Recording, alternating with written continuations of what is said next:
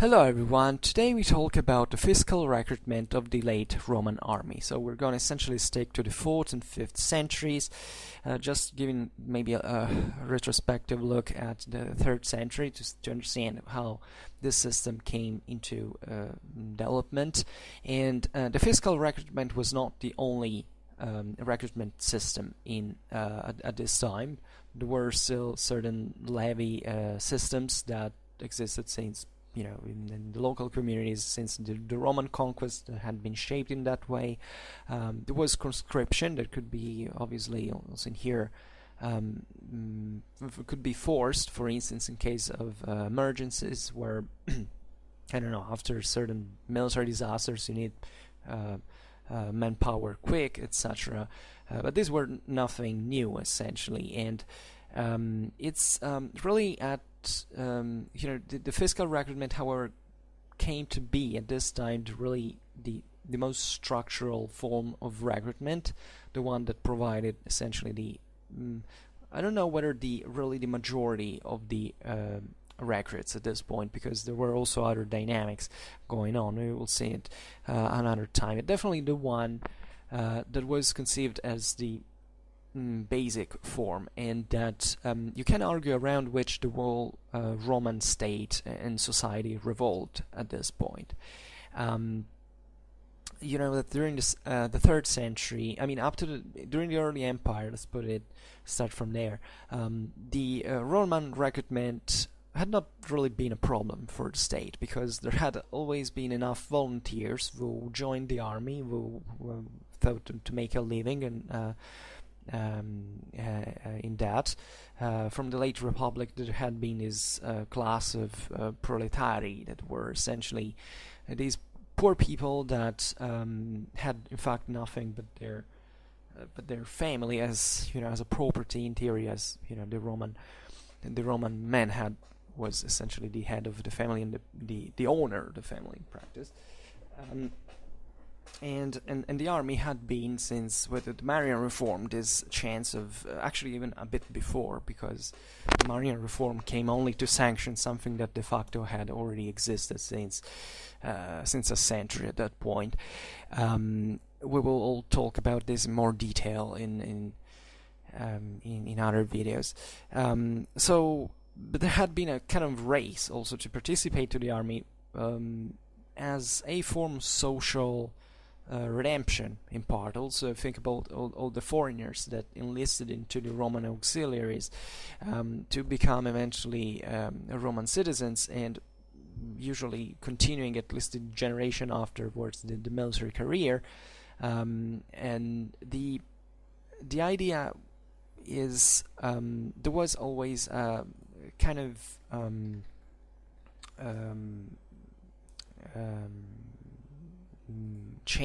kind of effective replacement during this process. So it's something that had not worried the Roman administration that much. The empire was expanding. There were always new there were new peoples that were essentially absorbed by the empire, so new fresh manpower, also from populations that were pretty warlike, and that in this sense didn't mind actually going into the Roman army, because it was something even more comfortable than what they were used to. That's the reason why, for instance, during the 3rd century you have mostly Illyrian commanders in Illyrian Germany, because those were kind of the regions that had remained less civilized in the empire up to that point. And however, the 3rd century is this great moment of change because of the civil wars, also because of the increase of the barbarian invasions on the frontiers, at least at a structural level. So that required this, that really destroyed in part the Roman society in the way it was more or less balanced in the previous centuries. So naturally these conflicts were devastating and disruptive, and this brought you have to think that many of the populations that lived into the empire at this point were kind of effectively civilized. I mean, if you take the Italic populations, for instance, that during the late Republic and early Empire had provided not really actually up to the 1st century AD the bulk of the Roman army in terms of numerical strength now were essentially gentrified, and in the 3rd century this gentry also begins to decline. So it's there is a great flattening also of society, for which were very few guys at the top that had a freaking lot of money, even more than, because Rome had always been an oligarchy throughout all its history, to be honest. Never, when you read things like Republic and the People, etc., no, Rome has always been an oligarchy. Now, the oligarchy was becoming increasingly more as such, and essentially the middle classes that also provided the economical dynamism of the Roman economical system, let's say Roman economy, now were declining, and society was transforming in something much closer to what we see as stereotypically as the medieval one in many ways, as this increase in relation of personal dependence, in the sense that we're now the citizens of the empire at this point were freemen, naturally, as they had practically always been. Though from the beginning of the 3rd century, basically every single person who lived in the empire was considered a citizen. Not all were, actually, but eventually, by approximation, this became the case, and rather the citizens, looking at perspective, they had become subjects. They had increasingly, at this time, there is also a crisis of the urban economy. So many people, also the aristocracy, came back to the land, even physically speaking, going to live in the countryside, organizing better their properties.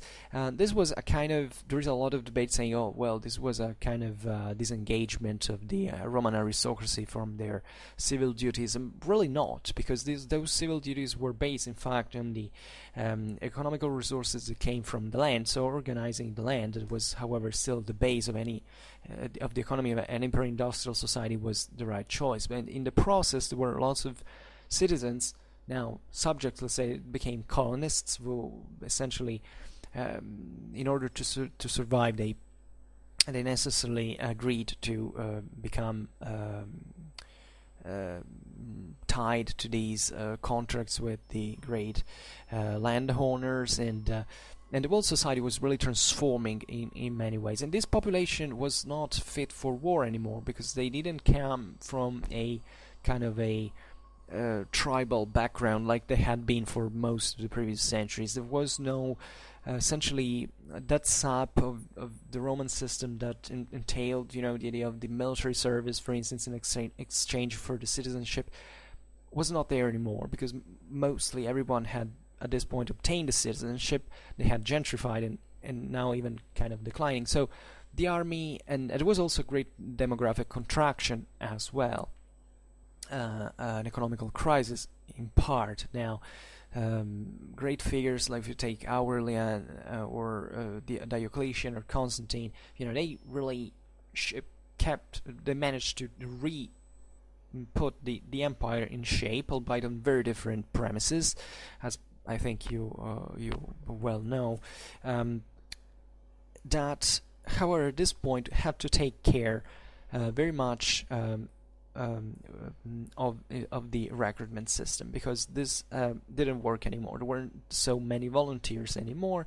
There was an objective problem, a shortage of manpower. Many regions of the empire had gone depopulated at this point with the wars, etc. So the Roman Empire was hungry for manpower in many ways, and not just from a military point of view, but also from an economical point of view. So the whole thing began to revolve around a state that became increasingly pervasive, where a bureaucracy was essentially enlarged, and it starts to become very heavy, also in terms of costs, etc. And however, the main cost at all times into Roman history was the cost of the army, and how to at this point they keep also these troops somehow, because really even during the early empire, when we think that allegedly there was this kind of greater administration also from a military point of view, actually the system was pretty light as such. There was a lot of also autonomy, of decentralization. Even the same production of weaponry and armor kind of worked not really by itself, because it's not like that, but I mean many resources were also supplied by the same Roman camps, absorbing the resources of the surrounding territories. It was a system like that. At this point the state tends to centralize everything for many reasons, because there had been rebellions, so there were at least in certain areas of the empire, the state wanted to keep resources concentrated in certain, especially in cities that were walled and well defended.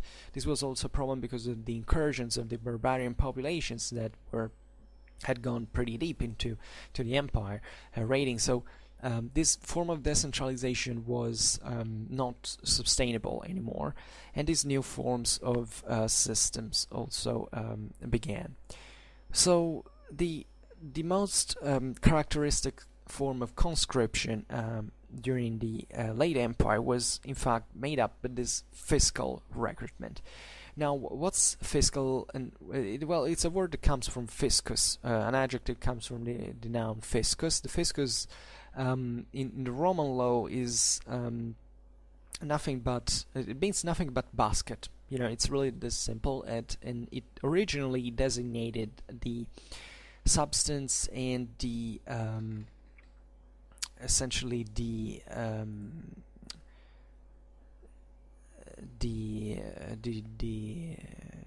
cash of the emperor, and this money was differentiated from the one of the people proper. That was instead the aerarium or aerarium, if you prefer the ecclesiastical pronunciation. So this naturally, there was all an evolution of the fiscus, but this is not important now. Let's say that the distinction had progressively come to fade, as essentially the fiscus came to define these complex properties of let's say of goods of the emperor that came from the public. And that in this sense was devolved to public use. And there was also a very particular legislation that protected these properties. It was known as the privilegium fisci, or privilegium fisci, if you want, in pronunciatio restituta. And that were, however, distinguished by the private property of the emperor, naturally. So essentially the recruitment, the fiscal recruitment, we don't even know when it started properly, because you don't have to think we know a big deal about this. About the Roman Empire in the first place. Let's erase from our minds that we know everything about the Roman state or the Roman army, because unfortunately we do not know. The fiscal recruitment probably was introduced at the time of Diocletian, or around that. However, at the end of the 3rd century, the beginning of the 4th, as an attempt to essentially rationalize and uniform the pre-existing systems of local levy. Because, by the way, at this point, as I was saying before, there was sometimes we like to stress, okay, now the centralization of the Roman army, how modern it was, the Roman state, and so on. But as I said before, really the system was much more complex and pragmatically oriented, for which you have to think that the empire, really conceptually how it worked, was not a state as we imagine it now. It's really towards the 4th century that the state kind of becomes more similar, in a more centralized fashion, with a bureaucracy to become more pervasive, etc. In previous times, the same concept of empire essentially entailed the control of Rome on certain communities, of certain peoples. This is how you have to see the empire. It wasn't even considered as something geographical, as by definition the Roman Empire had to be a universal empire as well. So it didn't even make sense to the Romans didn't really thought about borders. They thought about their military forces deployed in certain areas to control all the surrounding populations. Just to make an example, I make every time, the Rhine frontier. It wasn't conceived like, oh, the goal is within the empire and Germany is outside. The Romans absolutely didn't reason like that. They thought they had all those legions stationed on the Rhine to keep at bay both the Gauls and the Germans, because even the Romanization was not something so immediate. You don't have to think these populations can also within what we conceive to be the borders of the empire were so intensely Romanized. There were certain areas that remained for half of a millennium in the empire and that basically didn't get Romanized at all.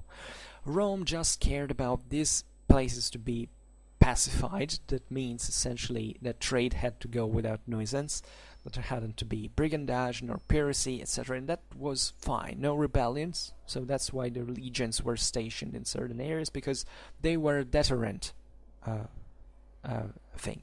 Now the whole situation had got messed up, as we have seen, so even the state had to control necessarily all this quite turbulent situation and to create something more structured, as well as enforcing now conscription in harsher terms, as we see from the Roman legislation, and that indeed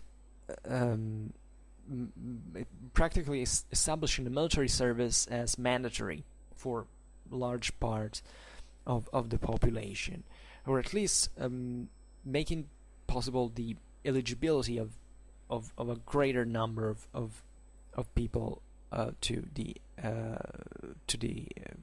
enrollment. So there were, and this is the point I was trying to make, there were other levy systems that were based in a quite decentralized fashion. I mean, there were still populations that provided troops to the Roman army. Ideally, it was thought really like this. I mean, the auxiliaries, especially of certain regions of the empire, had been framed now in these permanent units that eventually at this time were declining, because even in there, these units had been created as essentially enlisting the foreigners to fight for Rome, and actually it wasn't even the legions who did the most of the job of the point was really the auxiliaries, because they were cheaper, they were more eager to fight for getting the citizenship and all. But at the same time, this process had brought to their Romanization and lost progressively even their kind of national fighting style. In part, where certain categories of troops like slingers, for instance, at this time really existed, but they weren't ethnically defined. I mean, at this time also the Roman army began to train by itself. The training started lasting longer, and there was a higher degree of specialization in several weapons. So it was a real transformation. But there were, especially at the edge of the empire, populations that still provided troops that were, in this sense, provided with a local levy system that probably also the Roman administration had nothing to do with, because it was regulated by the local aristocracies. So if you think especially about these populations, I don't know, the Maori in North Africa, that were arguably never Romanized, as kind of, or at least very superficially. So also we're talking about more barbaric populations, and this is the reason why, by the way, a lot of foreigners also from Northern Europe, from the steppes, etc., now were beginning to be enlisted into the Roman army as mercenaries most of the times, not even as and now we'll see now how the fiscus was how the fiscal recruitment was actually worked. It really actually worked also in terms of providing manpower or money, because there was, especially over time, a market preference for the second one. So not really even recruiting Roman subjects anymore, but really paying with money for hiring other populations who were more warlike and didn't even live within the borders of the empire. So the fiscal recruitment practically functioned in this way. The landowners were obliged to provide annually a certain number of recruits. This was it was called praebitio tironum, or at this point, I think I'm using simply the ecclesiastical pronunciation because we are in the 4th century, and that's seemingly where this kind of pronunciation or something similar, because we will never know, by the way, came into use. So otherwise it would have been like praebitio tironum, not praebitio tironum. Whatever. This is not really important, but just stick to that for the rest of the video. And this number of recruits had been provided by the landowners proportionally to the dimensions of their own properties, or their holdings. So to this aim, the landed property was essentially subdivided into fiscal units that were all registered by the state, so that basically all the empire was parceled in such a fashion. And naturally every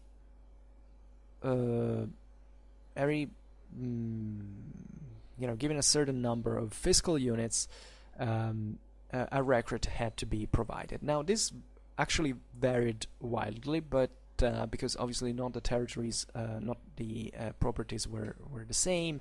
Naturally, there were regions of the empire that were poorer, others were richer. Also in here, there was a lot of difference relatively to the to what could be actually given by these lands, either in terms of physical manpower. I mean, actually, actual human beings to be sent as recruits, or maybe other products or money. So there was a great difference.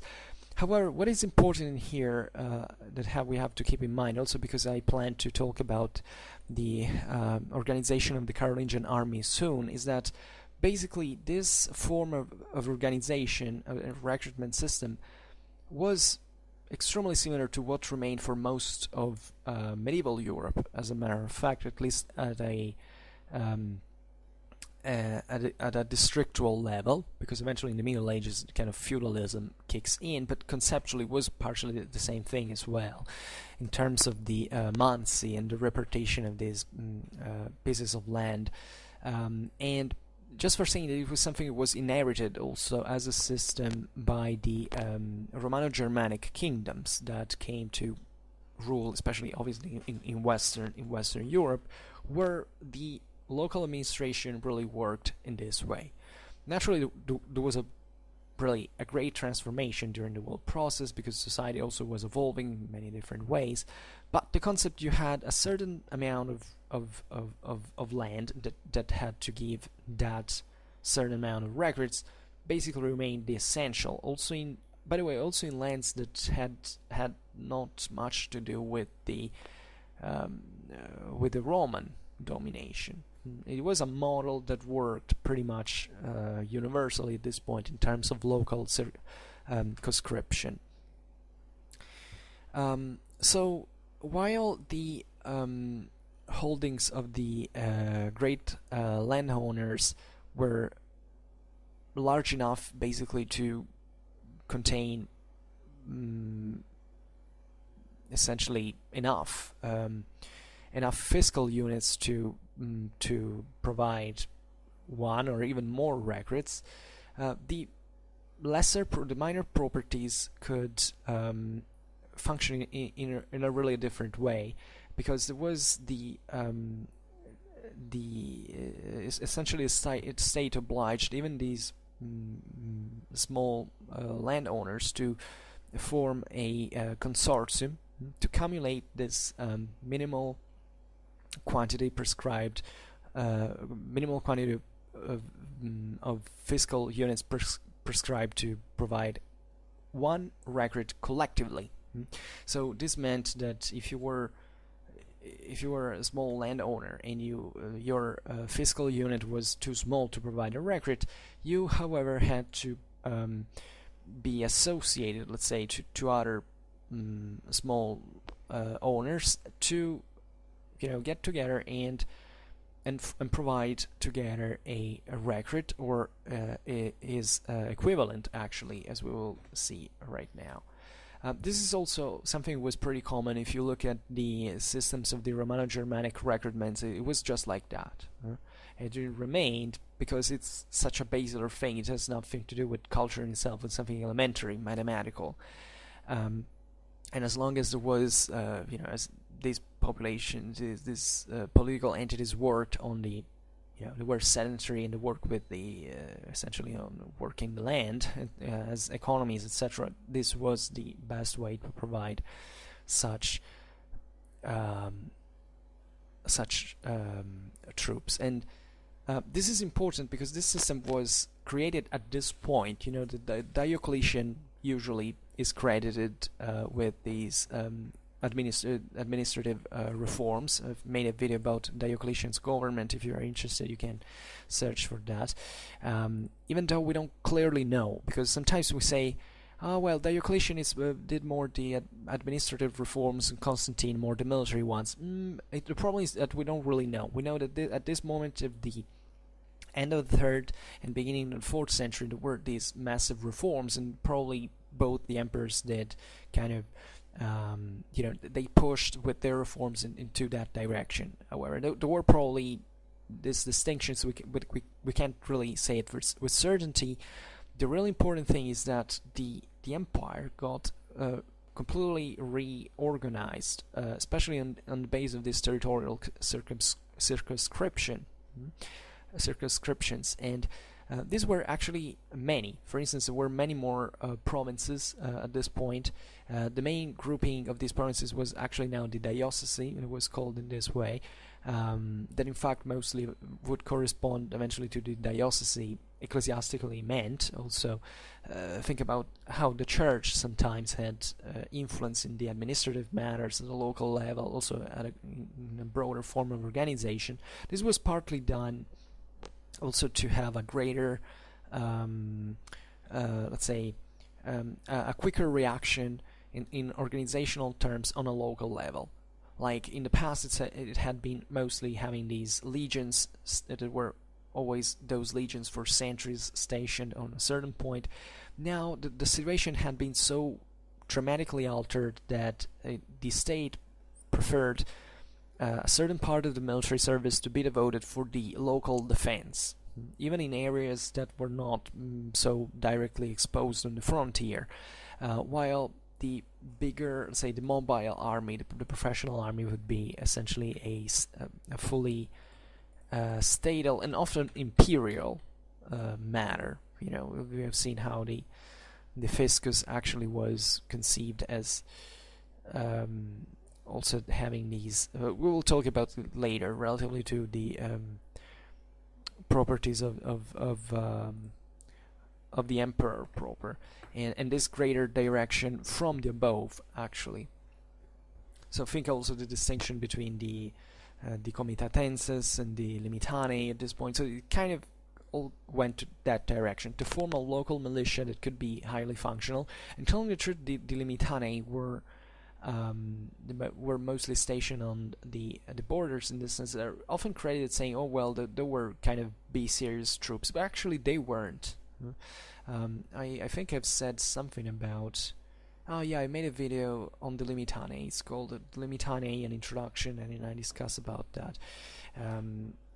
Just for saying that these weren't really cheap troops, and most of but actually something that was very important for the same defense of the empire, and it obviously couldn't be something so bad. And we have to really tear down this stereotype that the comitatenses were like the best troops and the limitani were just rubbish, because it was much more blurred as a difference than we usually pictured that. So, relatively to the consortia of small owners that we've seen, these were called temones or capitula. I mean the consortia in Latin. Within these consortia, he who provided effectively the recruit by drawing it from his, for instance, working force, because some of these people were, they actually had serfs that were working for them, had to, basically rotate. I mean, this guy who provided the recruit was usually called the temonarius or capitularius. So you understand the temones or capitula were associated to a temonarius and a capitularius, and this this person changed. It was usually cyclically. Every year it was a different person drawn from the owners that had joined in this consortium, and all the other owners that participated to the consortium at this point had to refund the temonarius that had provided the recruit physically, by paying to him a certain amount of wealth that altogether corresponded to the monetary value of the recruit.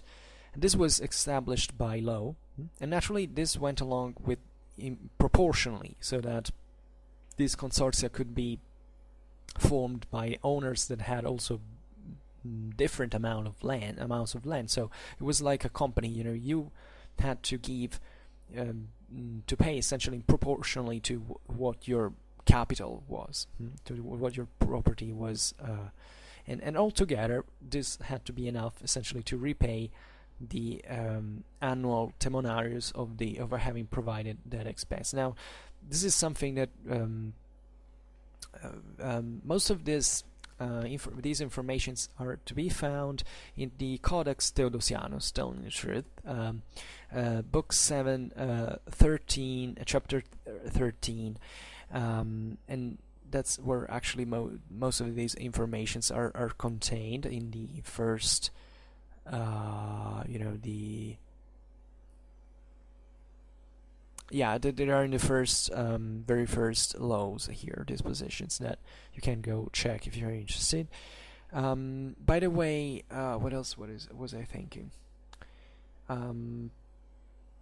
Oh yes, that naturally this was a legal, this was a law that obliged the temonari or capitulari to do this in equally, because naturally there were people who didn't want to pay, so this had to be regulated by the state by imposing it to all the owners that joined the consortium, because naturally this was a bit more difficult to organize, because it wasn't just like the big landowner that the state knocked at his door and said, okay, you have to give me this amount of records, and the guy was only one and he had to provide these records or their monetary equivalent. These were all people who were working together, and naturally this rotational system that the temonarius / capitularius had to provide a record 1 year, and then another one would have to do it for him. I mean, not for him, but in cycle, really, among all the owners that had joined the consortia, was also ideal, because I don't know, there were surely certain consortia into which there was one guy who took care of the whole thing and just got the money from the other landowners. So we can imagine there was also this time a bit of speculation in this. We can expect. We know that corruption has always been quite high in all the, at all times, not just in the Roman Empire but everywhere. So also this myth that the Roman Empire fell because of corruption. Well, yes, of course, corruption is not good, but the Roman Empire is always being corrupted, just like the Republic had always been corrupted. So that, and like any other state at the time in the world was heavily corrupted. It was normal. But the state at this, it's important at this point, the state also doesn't want resources to go wasted, to go dispersed. In fact, there were much higher sanctions given to the subjects that disobeyed these dispositions, and were all aimed at getting essentially this manpower. This was what the state was mostly interested in drawing the resources from the landowners, or actually not just from landowners, because there were still cities that were probably this really happened. For instance, now we said landowners were naturally the base of the economy. It's kind of obvious. There's never been a moment in pre-industrial history in which landowners haven't been the bulk of the economy. But there were also many states, many cities at this time. Some of them were also considered still, since the classical times, city-states, for which they had maintained during the Roman domination, under the Roman domination, their own institutions, even their recruitment systems. And this was perfectly normal. So these cities, for instance, were meant usually not actually to provide recruits, but actually to pay a certain amount of money. So the whole system was relatively mixed, if you want, and cash was usually preferred for the Roman state, because it also entailed much less expenses in the process, because the recruit is also someone that you have physically to feed, for instance, to lodge somewhere. So hiring mercenaries or paying volunteers or other people who for some reason join the army quite autonomously is the best way. You don't want to pay extra resources that eventually also will disperse other resources in the process. For having resources, I mean, it's even a physical thing. It's really the second principle of thermodynamics. You want to make things simple without dispersing energy in obtaining the maximum results. And so it's very interesting also that this thing about the monetary value of the recruit, because law was quite precise, quite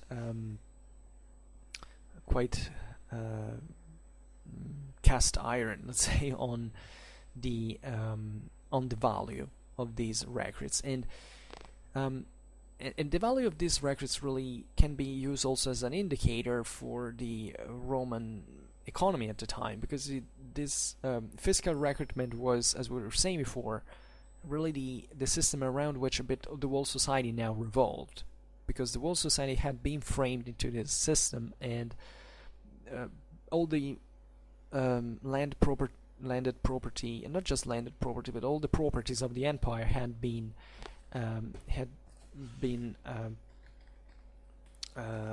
sensed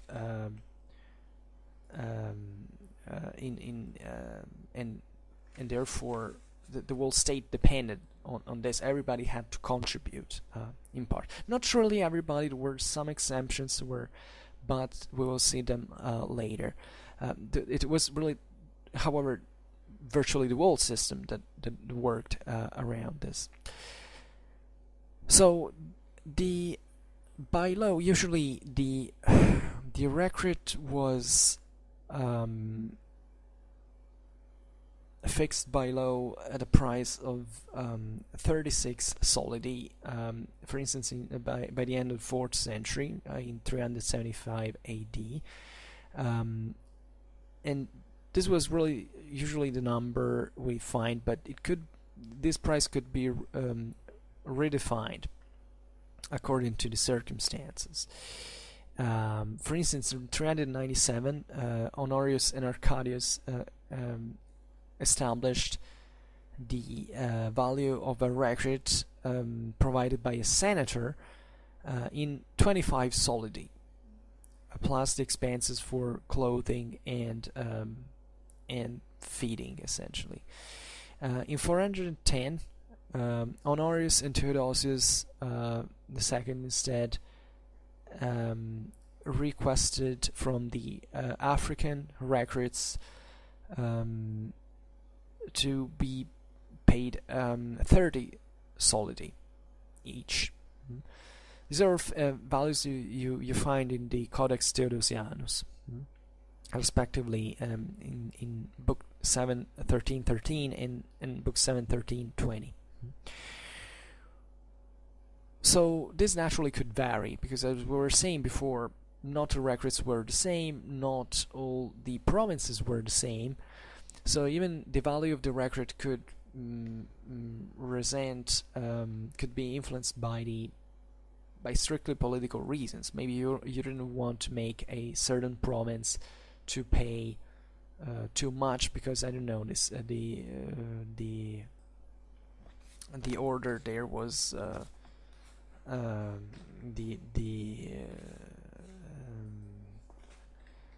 there was more unrest, for instance, there. So this was essentially a tax. Let's be honest about it. Even this kind of capillar system was counted. It was something that probably really didn't happen at such a that really didn't work at such a low level for which every single property was visited, etc. So there were other administrative organizations within the province that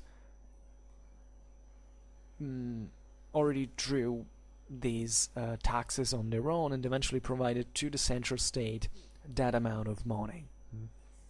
So really at that point, such quantity of money could be bargained, could be negotiated depending on what the provinces was like, and not all the. It's pretty obvious that not all the. This formal recruitment had usually to be provided yearly. Annually. I don't know how to say that. Yeah, it's the same thing, but this also was ideal. This was the standard that was set by law, by saying, okay, theoretically the state, if he wants, he can ask this every single year, but there were times that this wasn't asked, or maybe in times in which it couldn't be really exacted, and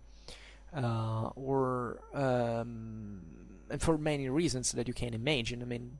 There was also a lot of civil strife at this point in some occasions, so this was a very the effective contribution could really vary wildly.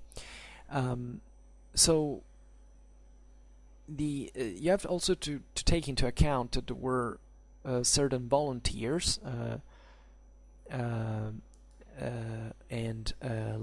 exceptional levies as well, so that the tirones, so these records could arrive from also other sources, let's say, of recruitment, and for instance from the prisoners of war. This is something doesn't have to be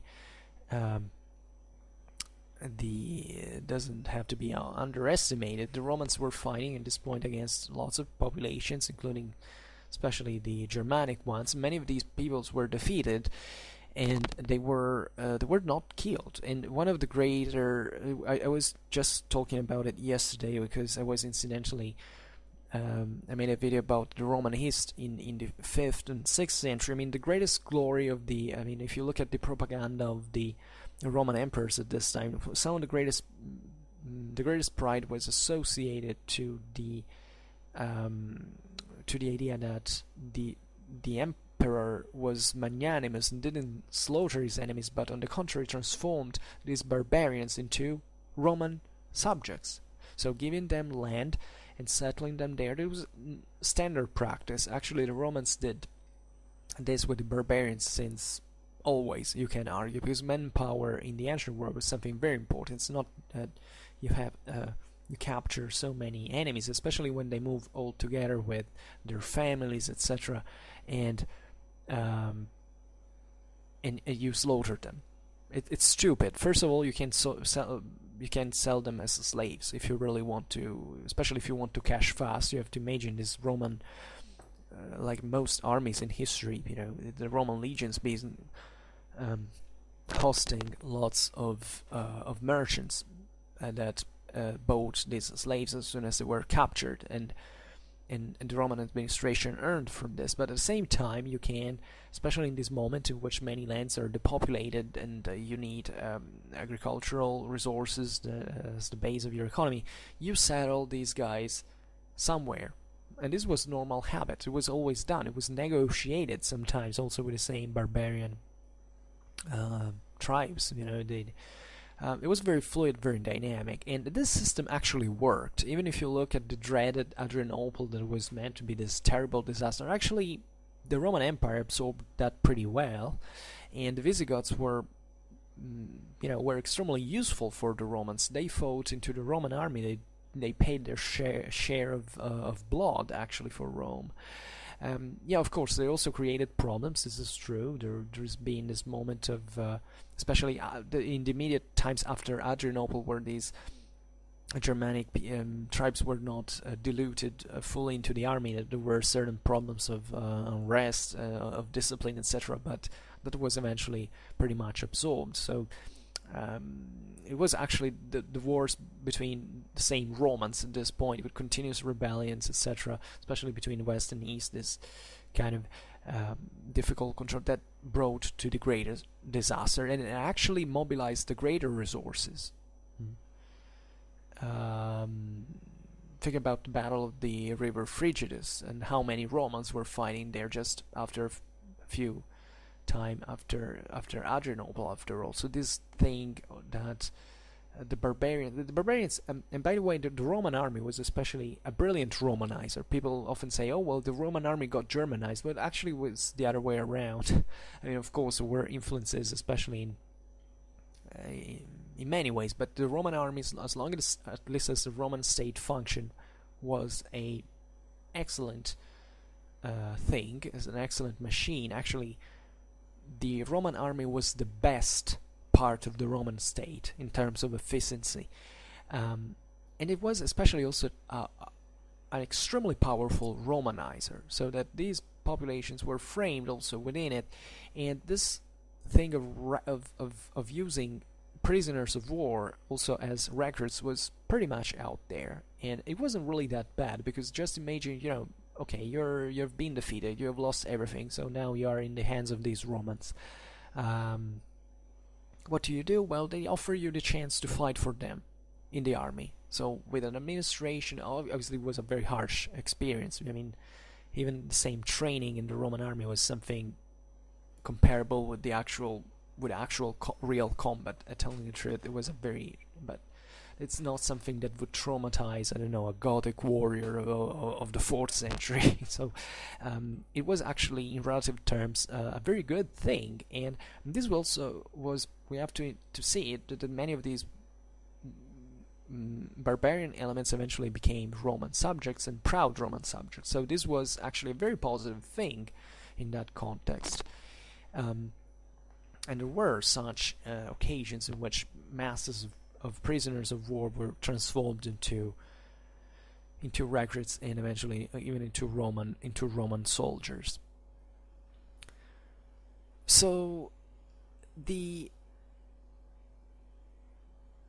as we've said, in certain years and in certain regions, the availability of troops might have not exist. Think about the famines. If there was a famine somewhere, the Roman state could not ask for resources, also because there were no resources usually. This was still a largely survival rate economy. It doesn't matter if we are talking about the Roman Empire. In the provinces, obviously the Roman Empire could draw, it was huge and could draw this substantial surplus from scraping off the top, let's say, of the economy, but the rest of the, as we've said before, the majority of the subjects were peasants, and these worked pretty hard, breaking their backs all the days on land.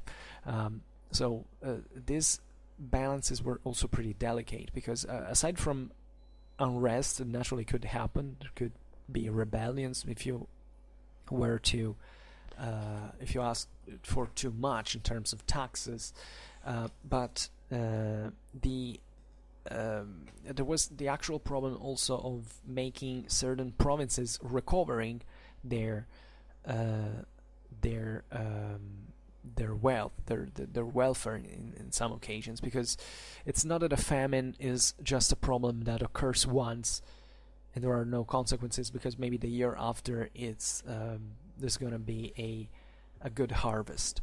In the meanwhile, in that year, these populations have to live they survive in some way. So some of them might move or might, and the world, and this adds up to the disintegration of the local economy. So you don't want to get heavy on a land that is still potentially fertile, potentially productive, because it's just that year that there was the famine. You also, to ensure that the local population remains there eventually to provide to you those agricultural resources. So it was very important, and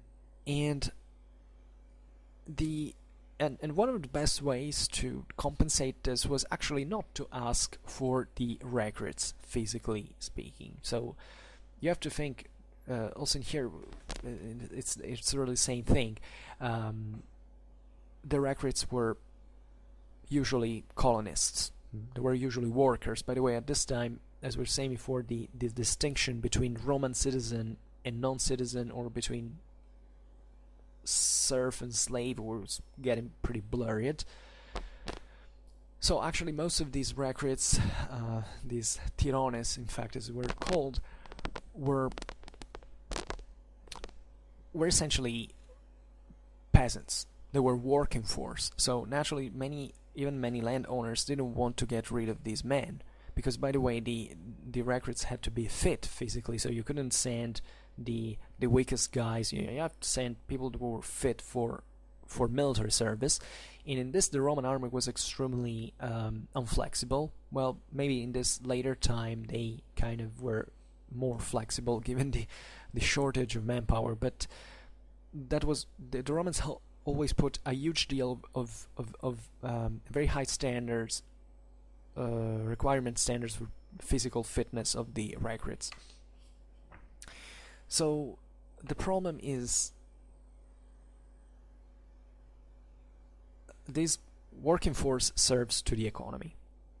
So rather than taking this man from the land and impoverishing it, there was a best way, that was actually to transform, to substitute. So this process was called aderatio. Essentially, substitute the record with money. Now, this money was known as the aurum tironicum, so quite simply the gold of the record, that had to be paid, in fact, perfectly in exchange that the record in itself. And this price was also established by law, naturally, and this was destined theoretically to make up also for the pay of a volunteer's recruitment. So the collection of this money also facilitated naturally other certain problems, by the way, because, as we were saying before, it's not that the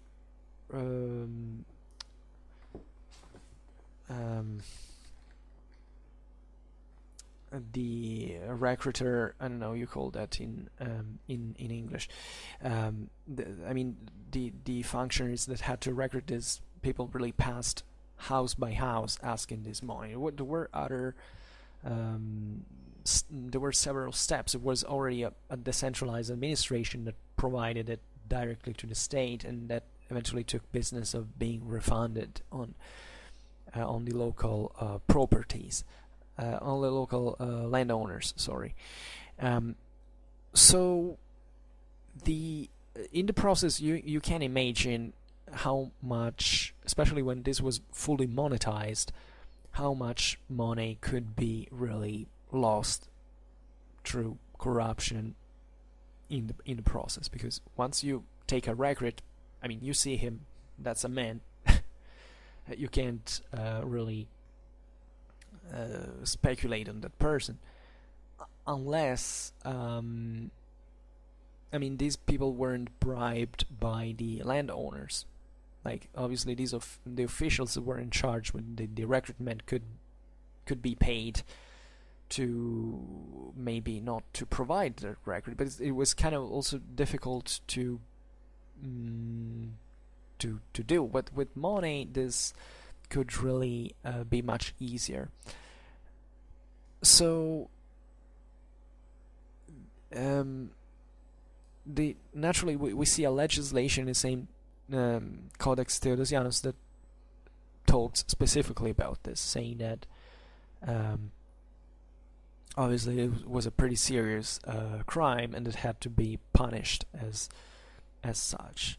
But the aurum tyrannicum, so this monetary solution, was actually preferred, especially by the great landowners to the large estates, that in this sense, as we were saying before, didn't have to provide their labor force. They didn't have to subtract labor force from the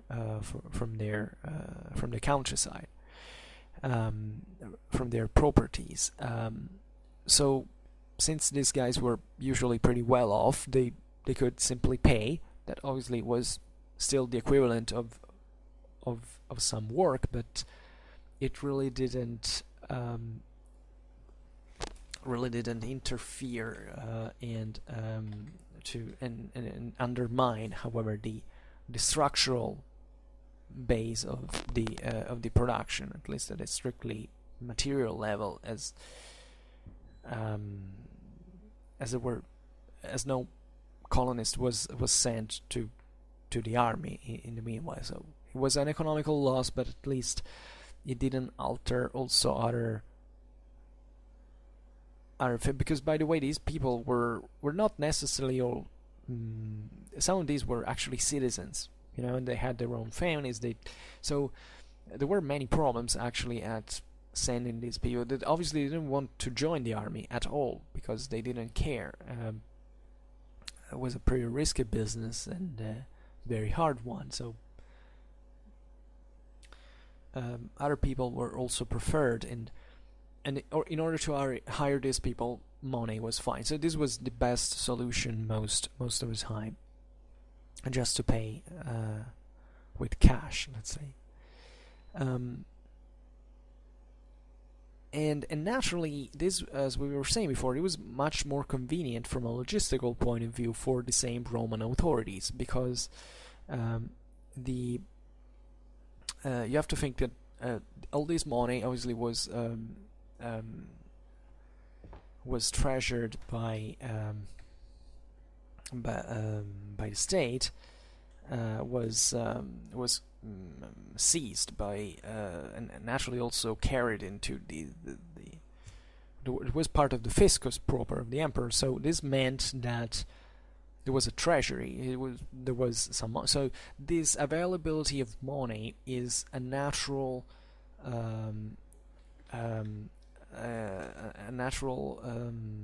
attraction for people who want to join the army, even from foreign peoples, because if the foreign people see that you have a lot of money, they will more eagerly come into the Roman Empire to try to be hired into the army.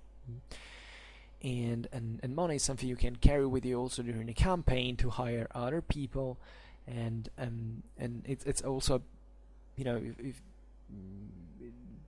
you can imagine also you can pay the soldiers, and soldiers will remain with you as long as you have money, and you can pay them easily. Even desertion at this time was, like at old times, was a problem, and having this cash ready for use was definitely a very let's say a gluing factor, a agglutinating factor for even the cohesion of the army in itself. There is also political cost. I mean, an emperor that goes bankrupt is more likely to be overthrown than another that. So, yeah, often the money was preferred, and so this naturally also attracts volunteers that are much more motivated than the conscripts. This is also very important for the first place, and it also increases the degree of professionalism of the army, so that you see that the Roman mobile armies at this point have this core of very professional troops. While if you look at the so-called limitane, or this other local, let's say territorial militia, it sounds bad for Roman, but kind of makes sense as well. It's also more motivated by the fact that it's defending his own home, or at least defending the place where he's living, and for which he has some interest. So these are all factors that brought this system to develop in such a way.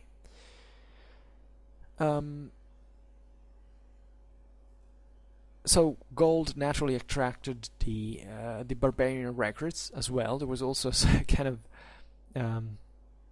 stereotype at the time that the barbarians were kind of excited and attracted by the shiny gold and jewelry and stuff. So the settlement, also the authorized settlements of groups of foreigners within the imperial territory was a way to, as we said, to increase the numbers of the army. For instance, Ammianus writes that Valens in 376 had actually authorized, so 2 years before Adrianople, the Gothic immigration within the empire, because he justified that by saying that such an abundance of recruits basically united with the imperial forces, and would have conferred to the emperor an invincible army, and in this way, instead of sending the annual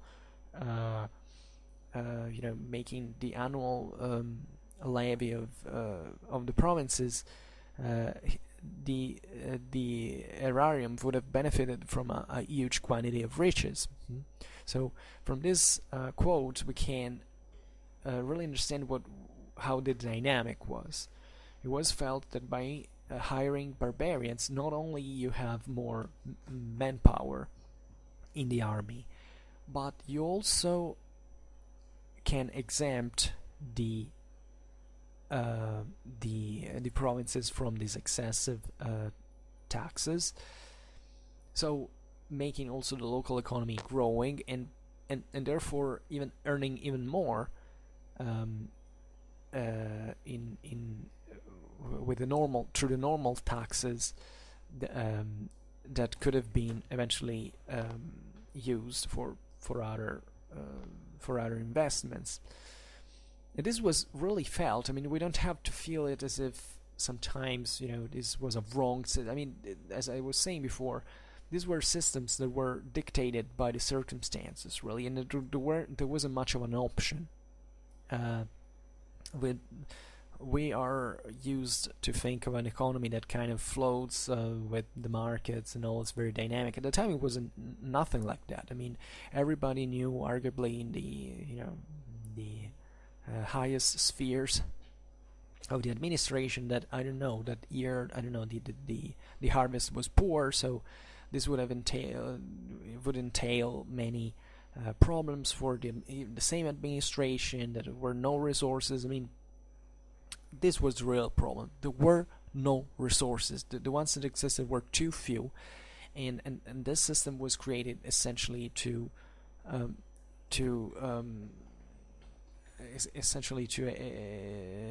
save such resources as much as possible, because also reserves are important from a strategical point of view. If you have to launch an invasion, something like that, you need a lot of resources you have stored. In the meanwhile, you might not collect enough resources for doing an operation like that for another generation.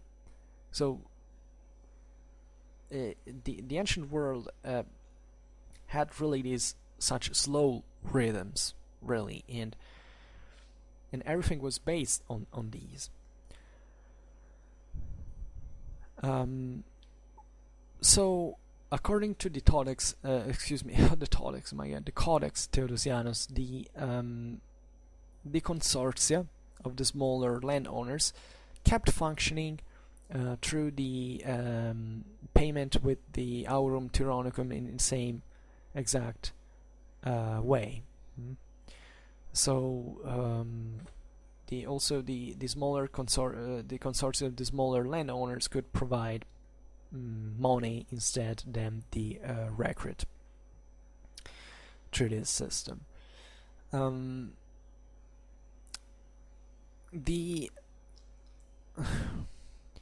There was also a very important aspect of this that concerned the imperial properties, because, for instance, the emperors Valentinianus I and Valens exempted their own personal patrimony from this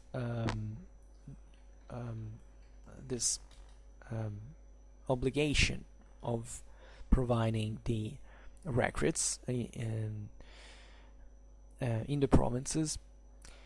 However, they didn't really exempt the imperial properties from the corresponding financiary payment in those regions where the aurum tyrannicum payment system was done, was applied. So what does this mean is that the same emperors basically exempted their own lands from providing physical recruits, I mean human resources, but not from providing money. So this tells you how dynamic the system was in terms of these preferences, this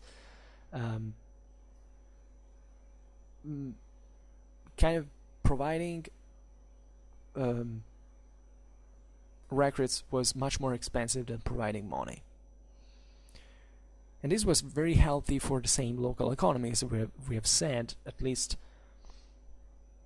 when and where it was possible, because obviously in strictly capitalistical terms, you get that money still mostly from the work of the land. So it's as if you drew the same resources, but this also entailed mostly, according to me, that the major saving of this was entailed by the fact that you didn't have to feed those people. It was much easier to carry that money than to carry those people, just for moving them from wherever they were recruited to where they had to be trained, for instance, and so on. Naturally, the payment in cash could also be suspensed. Could be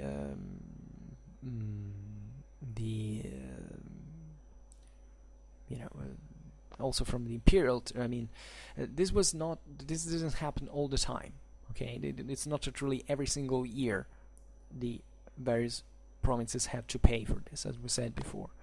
So this went as well with on the imperial properties that were actually pretty large at this time. So there were other exemptions that that mostly concerned the senators. So that couldn't they were essentially relieved from certain contributions in the fiscal about the fiscal conscription. And in during the 5th century were wide parts of the civil and military hierarchies that were exempted in part as well. This is very important because during the 5th century there was a greater crystallization of society. The 5th century was not a very, especially in certain regions of the empire, was not a very happy moment, let's say. And towards, let's say, generally speaking, towards the end of the 4th century, also the army began to change. Really, the Constantinian army and military organization during the 4th century gave brilliant results in many ways. At the end of the 4th century, the beginning of the 5th century, things started to be a bit more difficult, especially in the West, and society at this point was very much stratified, and so that there were certain classes that were really now making up the elite of society that had an ever greater role into the civil and military administration, and they had naturally also many munera, like in Latin. That is essentially this idea. These elites were the same ones who administered for instance, the local communities that paid for their for social, security, for this supplying system. So this had always been like that. It was a typical character of the Hellenistic world, but also other societies, that the elites of the cities were the ones that actually not just accumulated money, but also redistributed it within the community to make things work. So also in here, there wasn't a huge gain. Obviously these classes were extremely wealthy, and in fact you see that they were favored by these exemptions as well. But at the same time, they had a role that went beyond that. That there was really entailed a political and a military commitment into the Roman state. So this is why partly these were exempted, because also at parity of amount of money, it was much easier to draw money for the state from these elite than from the rest of the population, because partly this elite was fed by the rest of the population. So these exemptions were really, just a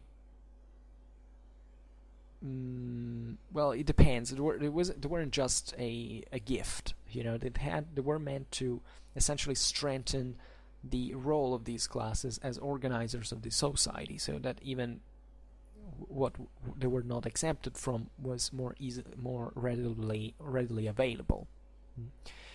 And you see that because taxation was definitely increasing in many ways, especially.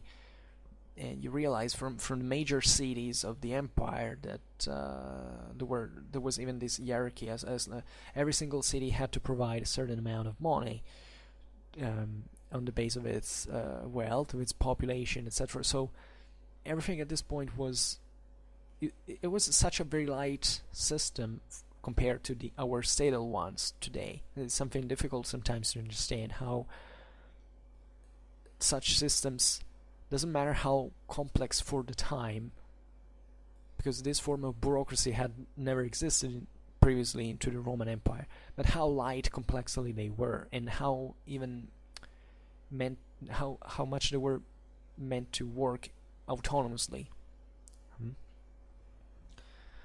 So naturally this passed through political negotiation as well, because there were, as we were saying before, not all the provinces were the same. Just yesterday, the video I made, it's excuse me if I repeat it, but it's kind of useful because just for instance, think for how difficult it was for Constantinople to control regions like Egypt or Syria or Palestine, who were tending to autonomize themselves. So even in there, those were provinces of the empire. They had to provide their own share for the army, but the whole thing was much less capillary at that point than it had been before. And this is mostly evident in the 5th century, even later naturally, because there was this trend of kind of contraction progressively of the economy. It was very slow. It wasn't something that happened really from one day over to another. Yeah, of course, in the 6th century it was the plague and all, but it was very progressive, especially from the 4th to the 5th century that we're looking at today. So even this recruitment system was progressively adapted to this situation, and it kind of started developing on its own. This is really a key to understand this. These topics, even when you talk about strictly military problems, you don't have to think, one guy one day arrives, changes the rules, and magically the system starts working in that direction. Especially in this world where there was compared to our own, there was much less degree of centralization.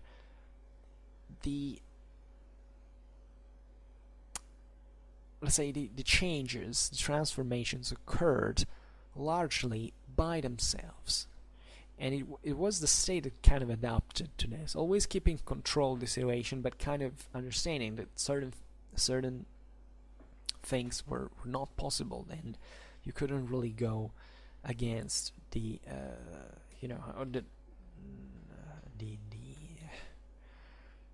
flowing, let's say, the current. Because these were major structural changes that had really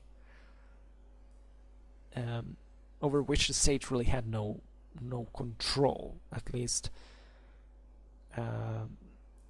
by certain standards. I mean, obviously, take the most obvious example is the 6th century plague. You can argue, well, that was caused also partly because the society had been shaped in a certain way. Well, yeah, but it's I know this is a very hotly debated topic, telling the truth, but I personally believe that at that point it was really the nature that mostly dictated how things like the crop rate worked, etc. And political and social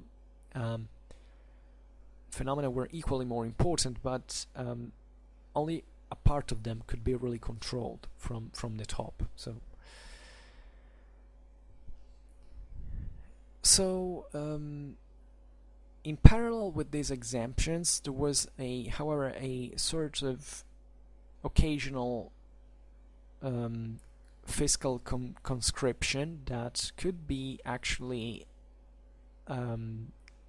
applied to the elite, to the so-called honorati, that is the honored, essentially, the honored ones. So these people who had obtained a honorary rank of sorts, and therefore were pretty wealthy and pretty prominent, socially speaking, and these had periodically to provide, especially for horses, this is interesting, and recruits, or their monetary equivalent, according to what naturally the legislator had decided, which were in proportional number to their rank, to their place in society.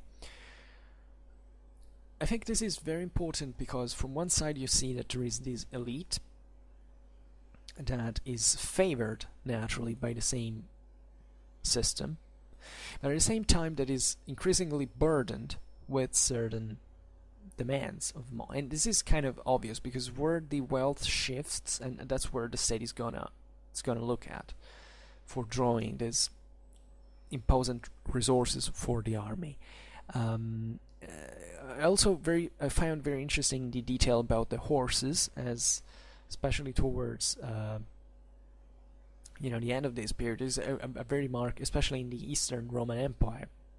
There is this markedly increase of mounted troops. So the idea of horses, cavalry is extremely expensive, as you understand. The horse has this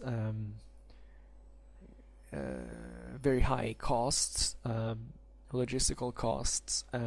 So providing such material, let's say, was very, very, very, very important, evidently, from the state, and only the elite could provide it, because really the rest of the population they were all peasants.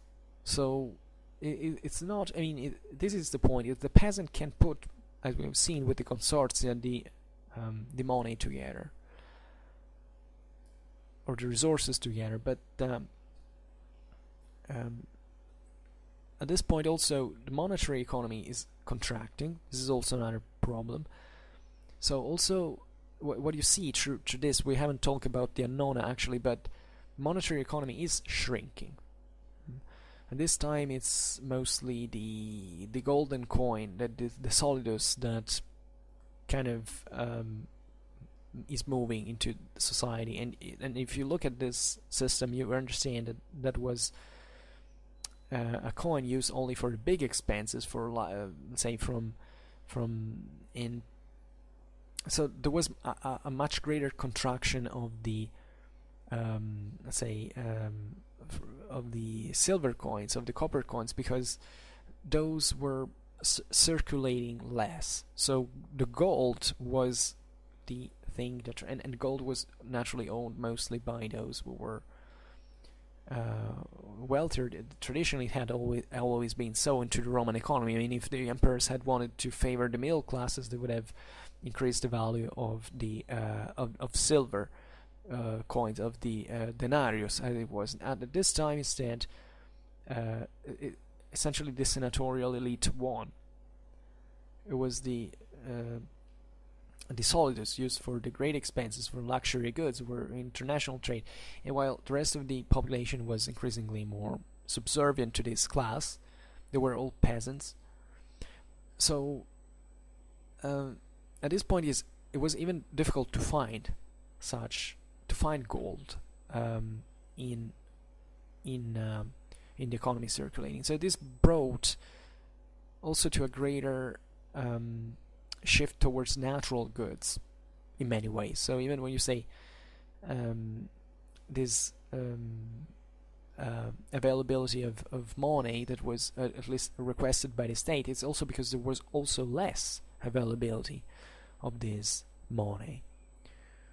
So even the demands here for horses and other stuff, it's because most of the times even the money that could be exacted weren't so many, and you still needed those damn real resources, because you need to fight with men and horses, not with gold.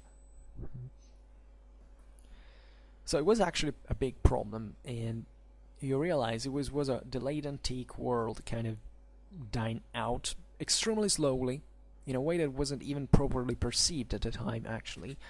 And actually there was also a lot of swinging between, it wasn't always the same way, but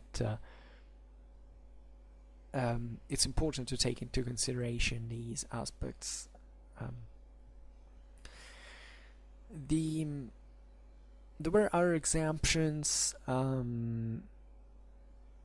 for instance, for those who had honorific positions in society that, however, were earned through merit of service of some sort, either civilian or military, and not for concession. This is also interesting, because the concession of certain honorific titles was mostly a political thing at this point, so you didn't want to burden the people you were kind of trying to favor. So so the Byzantine society, especially here but actually was pretty transversal by many ways. But say the Roman East had been a bit more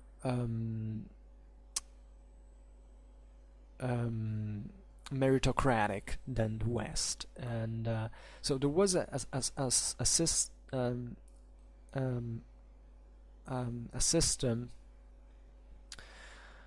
of a structural system that favored essentially the career of certain, qualified personnel to the Roman administration, especially in Constantinople, and that in this sense made up the whole administration, the whole bureaucracy in some ways. And so this was, as being such a structural thing, it was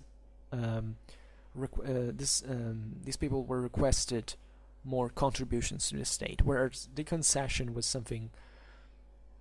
If you had obtained this merit for concession, you were probably someone who hadn't been so worthy of that. Usually, who hadn't earned that title by prowess, by ability, but just because, I don't know, maybe you were close to the emperor for some reason, and so this is also a kind of a negative thing for which the people who had earned their place into society were burdened now with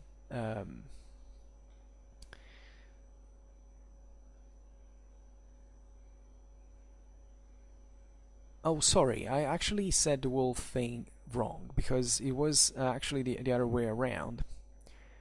Those who had reached honorific positions by merit of service were significantly exempted. Okay, so it was a good, it was in line with the meritocratic character of the imperial bureaucracy at the time. Instead, those who had been essentially granted certain honorific positions because they had been paid were burdened by more. So I'm sorry, I got it wrong. I simply misunderstood what I read. As we were saying before, this is said by Vegetius, for instance, that the big landowners had to provide physically fit recruits. So the less, because the landowners preferred naturally to send away from their land those workers who weren't really that great much, and this could happen naturally for many reasons. I mean, the life in the Roman latifundia for the colonists, for the workers, was pretty hard. So usually the landowners wanted to get rid of the weak, of the physically unfit people, and this naturally was not very much liked by the army, by the administration. So there is Vegetius explicitly says that it was common practice for the landowners to get rid of such workers in this way. And we know from the Codex Theodosianus that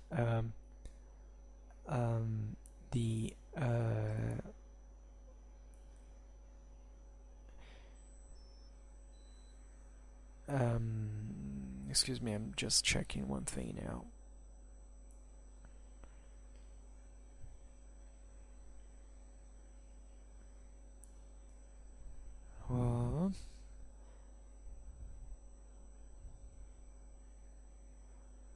Yeah, however, let's say that this was mainly a problem because it entailed corruption. There were certain functionaries that were paid and bribed, naturally, for essentially for accepting weaker recruits. And this was punished by actually the Roman state by making the owner provide 3 times the number of records that were tried to were legally owed to the state instead. So if you tried to trick the state by sending someone who was too weak, or by trying to bribe the local functionary, instead of 1 record you had to provide 3 of them. It is a very high it's a pretty high punishment, in the sense that also here it was negotiated. We have to imagine it, because sometimes you make laws when usually in law punishments are so high when you know that this law is not going to be obeyed. This is like the measure of such measures, and therefore we can imagine it was extremely widespread as a phenomenon, and the state tended to compensate by essentially increasing the making punishment harsher. So okay, today's video was shorter than the usual. I think I managed to say everything, and there are actually other things I could add, because there is also some interesting stuff about forced conscription, and we will get into this on another occasion. We will see how, what the requisites of the records were, and many other things related to service that we'll see really another time. So for now, I just hope that you enjoyed this video. I don't know how, especially when I get into technical terms, you hear here that I have to find the translation for it, because I don't know the word, but I think everything was kind of clear. And it's actually pretty simple how the fiscal recruitment worked, and there is not excessively much to add, at least for now, as everything can be naturally studied more in depth. This is just a synthesis as well. So for now, I just hope you enjoyed this video, and if you did, please share it. Otherwise, leave a like or subscribe to my channel if you're interested in my upcoming contents. And for now, I thank you heartily for listening to me. I wish you a nice time, and see you next time. Bye.